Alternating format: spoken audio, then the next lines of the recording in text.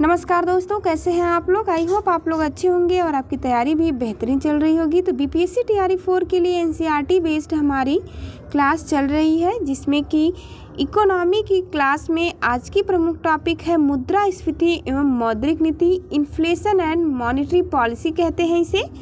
Most important topic है। यदि आप किसी भी एग्ज़ाम की तैयारी कर रहे हो तो ये टॉपिक आपको बहुत ही अच्छे से तैयार कर लेनी है, क्योंकि रिपीटिशन मोड में अलग अलग एग्ज़ाम में इससे क्वेश्चन पूछे गए हैं। टीआरई 1 हो या 2 हो या फिर 3, यदि आप प्रीवियस ईयर देखे होंगे तो आपको सभी क्वेश्चन एनसीईआरटी बुक से ही मिलेंगे। इसलिए आपको एक बेहतरीन स्कोर प्राप्त करने के लिए एनसीईआरटी बुक अवश्य ही पढ़नी चाहिए। मेरे सिलेक्शन में भी एनसीईआरटी बुक का महत्वपूर्ण योगदान रहा है, इसलिए मैं आप सभी को बार बार सजेस्ट करती हूँ कि आप लोग एनसीईआरटी बुक को बहुत ही अच्छे से तैयार कर लीजिए। इससे बाहर एक भी प्रश्न नहीं आएगा। स्टार्ट करते हैं आज की क्लास को। यदि आप चैनल पर नए हो तो चैनल को ज़रूर सब्सक्राइब करें, ताकि आने वाले सभी वीडियो का आपको नोटिफिकेशन मिलता रहे। वह स्थिति जब निश्चित समयावधि में अधिकांश वस्तुओं एवं सेवाओं के मूल्यों में सामान्य स्तर से अधिक वृद्धि होने लगती है तो उसे मुद्रास्फीति यानी कि इन्फ्लेशन कहते हैं। वस्तु की मांग यदि बढ़ जाए प्लस वस्तु की आपूर्ति जब कम हो जाती है तो देखेंगे आप रिजल्ट के तौर पर वस्तु की कीमत में वृद्धि हो जाती है। इसी को मुद्रास्फीति यानी कि इन्फ्लेशन कहा जाता है। फॉर एग्जांपल आप समझ सकते हैं, यदि मार्केट में टमाटर की मांग बढ़ जाए लेकिन टमाटर की आपूर्ति मार्केट में जब कम हो जाए, यानी कि पर्याप्त मात्रा में मांग के अनुसार टमाटर न उपलब्ध हो, तो आप रिजल्ट के तौर पर देखेंगे टमाटर की कीमत में वृद्धि हो जाएगी। और इसी को इकोनॉमिक्स के टर्म में मुद्रास्फीति कहा जाता है। अगला पॉइंट हम देखेंगे, भारत में मुद्रास्फीति दर की माप किस आधार पर की जाती है। तो आंसर होगा उपभोक्ता मूल्य सूचकांक, थोक मूल्य सूचकांक तथा श्रमिकों के जीवन निर्वाह सूचकांक के आधार पर भारत में मुद्रास्फीति दर की माप की जाती है। औद्योगिक कर्मकारों के लिए उपभोक्ता कीमत सूचकांक यानी कि consumer price index for industrial worker कौन जारी करता है। तो यह श्रम ब्यूरो के द्वारा जारी किया जाता है। अगला पॉइंट हम देखेंगे, औद्योगिक उत्पादन सूचकांक का आधार वर्ष क्या है। यह आधार वर्ष है 2011-12। मुद्रास्फीति के कारण अर्थव्यवस्था में क्या परिवर्तन आते हैं। तो वस्तुओं के मूल्य में वृद्धि होती है तथा मुद्रा के मूल्य में कमी आती है। ये मूल परिवर्तन है, मोस्ट इम्पॉर्टेंट है, बहुत ही अच्छे से याद रखना है कि मुद्रास्फीति के कारण अर्थव्यवस्था में क्या परिवर्तन होगा। तो याद रखेंगे, वस्तुओं के मूल्य में वृद्धि होती है तथा मुद्रा के मूल्य में कमी आती है। फिलिप्स वक्र क्या दर्शाता है। इसे फिलिप्स कर्व भी कहा जाता है। इंपॉर्टेंट लगाएंगे, बार बार एग्जाम में पूछा गया है। फिलिप्स वक्र यह है मुद्रास्फीति एवं बेरोजगारी दर के मध्य संबंध को दिखाता है। बॉक्स में दिए गए पॉइंट को बहुत ही अच्छे से देखेंगे, क्योंकि इसे सीधे सीधे प्रश्न एग्जाम में बनते हैं। अप्रैल 2014 से पहले थोक मूल्य सूचकांक भारतीय रिजर्व बैंक द्वारा भारतीय मौद्रिक नीतियों का निर्धारण मानक था। उर्जित पटेल समिति की सिफारिशों के पश्चात इसे बदलकर उपभोक्ता मूल्य सूचकांक कर दिया गया है।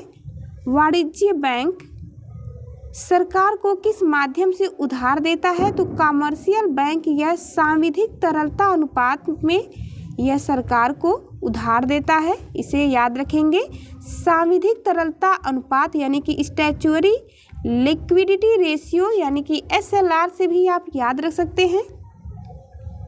भारत में व्यापारिक बैंकों की देनदारियों में सबसे महत्वपूर्ण अंश किसका है। आंसर है सावधि जमाओं का है, यानी फिक्स डिपॉजिट का है। प्रमुख समूह यहाँ पर आप देखेंगे, ये प्रीवियस ईयर का डेटा दिया गया है, इसलिए मैं आपको करंट के डेटा के साथ आपको PDF इसकी उपलब्ध करवा दूंगी। अगला पॉइंट हम देखेंगे, क्योंकि आपका करंट से ही क्वेश्चन एग्जाम में पूछा जाएगा, इसलिए प्रीवियस ईयर के डेटा को आपको याद नहीं रखना है। वह स्थिति जब मुद्रास्फीति यानी कि इन्फ्लेशन एवं मुद्रा संकुचन की अवस्था साथ साथ उपस्थित हो उसे क्या कहते हैं। आंसर होगा उसे स्क्यूफ्लेशन कहा जाता है। मोस्ट इम्पॉर्टेंट टर्म है। मुद्रास्फीति एवं मंदी कि एक साथ उपस्थिति क्या दर्शाती है? यह गतिहीन स्फीति दर्शाती है। इसे स्टैगफ्लेशन भी कहा जाता है, इम्पॉर्टेंट टर्म है। ऋण की सीमाओं में परिवर्तन करना साख नियंत्रण की किस रीति के प्रयोग द्वारा संभव है? आंसर होगा गुणात्मक साख नियंत्रण द्वारा यह संभव है। और स्फीति यानी डिफ्लेशन के कारण बाजार पर क्या प्रभाव पड़ता है? तो वस्तुओं एवं सेवाओं के सामान्य कीमत स्तर में गिरावट हो जाती है, यानी कि यह उल्टा होता है मुद्रास्फीति का। नेक्स्ट पॉइंट को बहुत ही ध्यान से देखेंगे। भारत सरकार द्वारा प्रत्येक 5 वर्ष में एक बार मुद्रास्फीति लक्ष्य निर्धारित करने का प्रावधान किया गया है।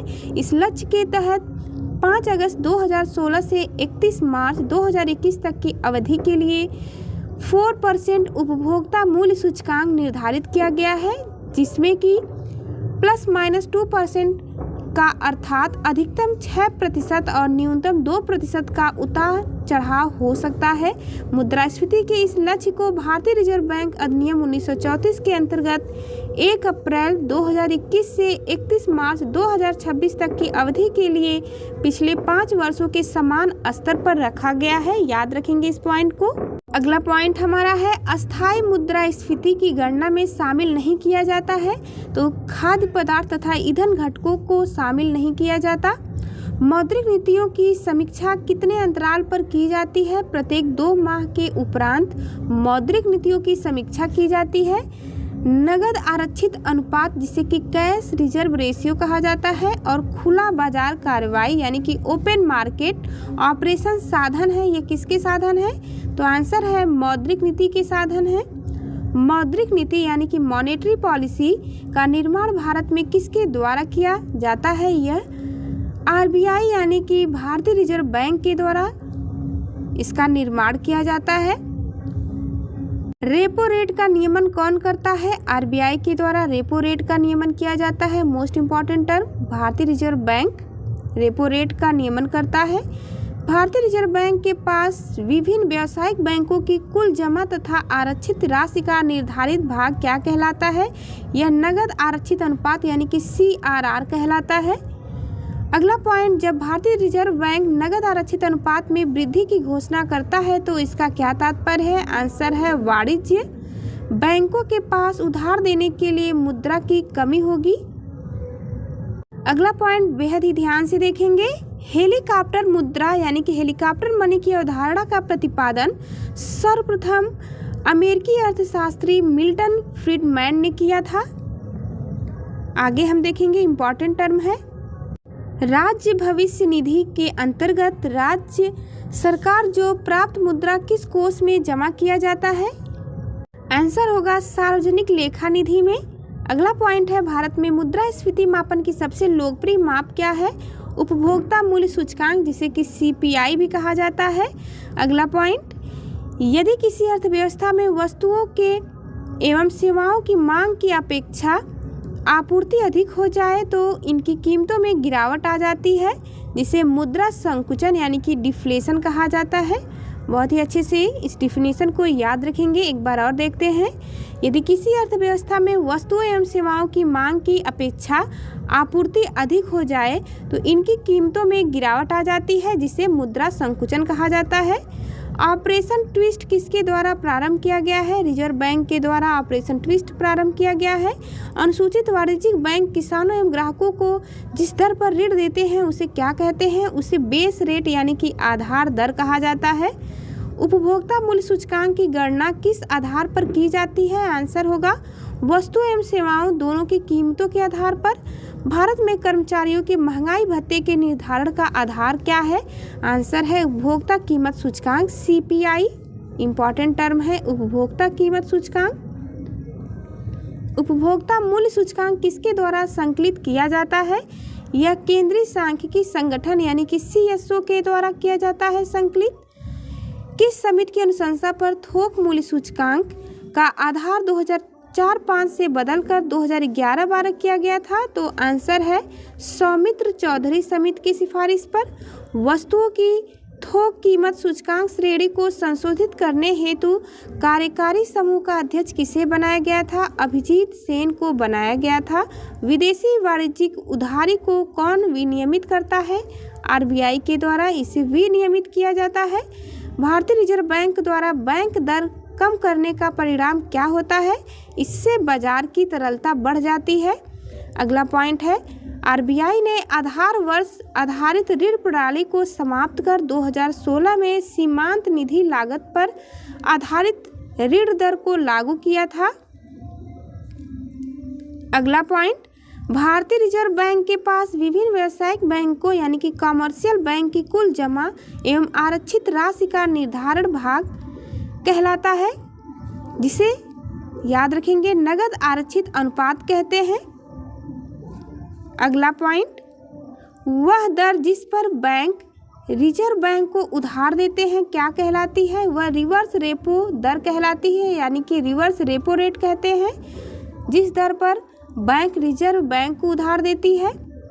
बैंकों को अपने रोकड़ शेष और कुल परिसंपत्ति के मध्य एक निश्चित अनुपात रखना पड़ता है, उसे क्या कहते हैं? आंसर याद रखेंगे, सांविधिक तरलता अनुपात कहा जाता है। वित्त क्षेत्रक सुधार पर नरसिम्हन समिति ने क्या सुझाव दिया था?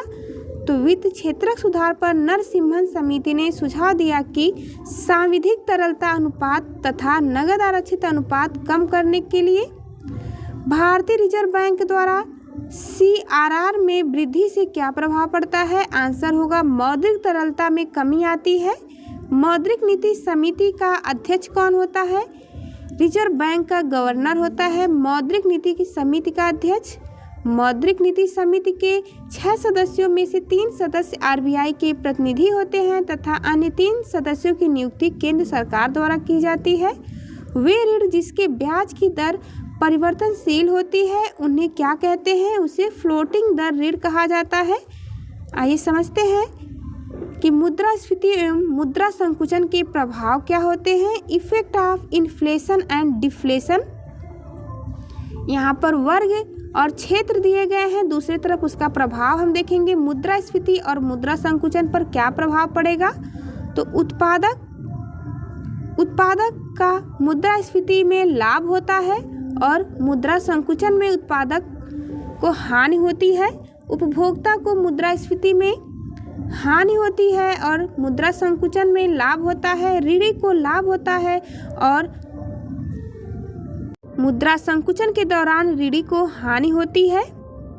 ऋणदाता को मुद्रास्फीति में हानि होती है और मुद्रा संकुचन में लाभ होगा। निर्यात में यदि मुद्रास्फीति देखी जाती है तो निर्यात में कमी आती है और मुद्रा संकुचन के दौरान निर्यात में वृद्धि होती है। आयात में यदि मुद्रास्फीति देखी जाती है तो वृद्धि होगी और मुद्रा संकुचन के दौरान आयात में कमी देखी जाती है। सार्वजनिक बचत में कमी होती है मुद्रास्फीति के दौरान और मुद्रा संकुचन में सार्वजनिक बचत में वृद्धि देखी जाती है। सार्वजनिक व्यय में वृद्धि देखी जाती है और मुद्रा संकुचन के दौरान कमी होती है। स्थिर आय समूह में यदि मुद्रास्फीति की प्रक्रिया होती है तो इसमें हानि देखा जाता है और मुद्रा संकुचन के दौरान इसमें लाभ पाया जाता है। परिवर्तनशील आय समूह में मुद्रास्फीति के दौरान लाभ होता है और मुद्रा संकुचन की प्रक्रिया में हानि होती है। व्यापारी वर्ग में इन्फ्लेशन के दौरान लाभ प्राप्त करते हैं और डिफ्लेशन के दौरान व्यापारी वर्ग हानि प्राप्त करते हैं। पेंशन भोगी वर्ग को इन्फ्लेशन के दौरान हानि होती है और डिफ्लेशन के दौरान लाभ प्राप्त होता है। लास्ट पॉइंट हम देखेंगे, सीआरआर तथा एसएलआर को सम्मिलित रूप से आरक्षी अनुपात यानी कि रिजर्व रेशियो अथवा आरबीआई का नीतिगत अनुपात कहा जाता है। अगली टॉपिक हमारी स्टार्ट होगी भारतीय वित्तीय बाजार। तो चलिए मिलते हैं आपसे नेक्स्ट वीडियो में। जाते जाते चैनल को लाइक शेयर सब्सक्राइब करना ना भूलें।